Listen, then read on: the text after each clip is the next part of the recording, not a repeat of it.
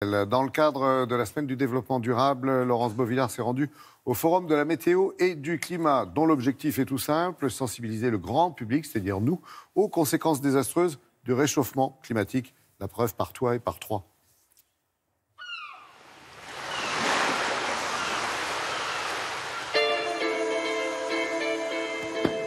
Nous avons trop joué avec notre planète, elle se réchauffe. Pourquoi ? Eh bien, nous allons rencontrer quelques scientifiques qui vont nous expliquer des phénomènes qui influencent le réchauffement climatique. Là, c'est la montée des eaux. Alors, qu'est-ce qui se passe ?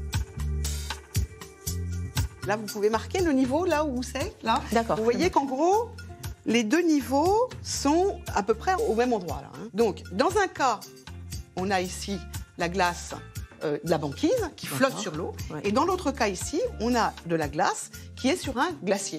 Ceux-là vont faire monter le niveau de l'eau et celui-là ne va pas faire monter le niveau de l'eau. Et pourquoi ? Celui-là est déjà dans la mer et il a déjà pris sa place dans l'eau. Tandis que celui-là, il n'a pas sa place dans l'eau, il se rajoute. Il rajoute de l'eau. Lui, il ne rajoute pas. Et ça se passe particulièrement quelque part ?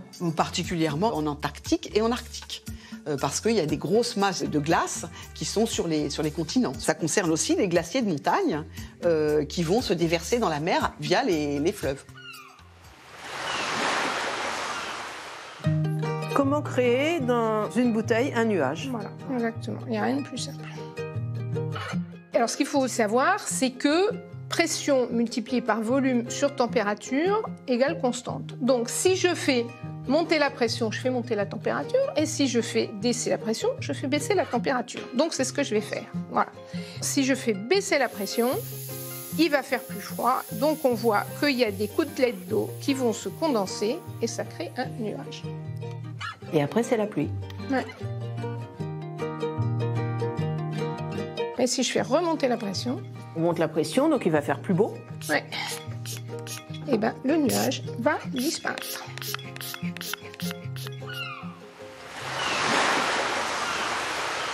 Là, je vais vous parler de l'acidification des océans. C'est un des problèmes majeurs auxquels sont confrontés nos océans depuis le début de la révolution industrielle. Tout ce CO2 qui est émis dans l'atmosphère, il y a une partie qui reste dans l'atmosphère et il y a une autre partie qui va dans la végétation et une autre partie est absorbée par les océans. Et c'est ce phénomène-là qu'on va regarder avec l'acidification des océans et on va regarder quel impact ça a sur l'écosystème marin. De l'eau, du vinaigre et de l'eau gazeuse de consommation. Le réactif est bleu lorsque le milieu n'est pas acide et jaune lorsqu'il est acide. La craie, c'est du calcaire, comme les coquillages. Dans le vinaigre, la craie disparaît en quelques secondes.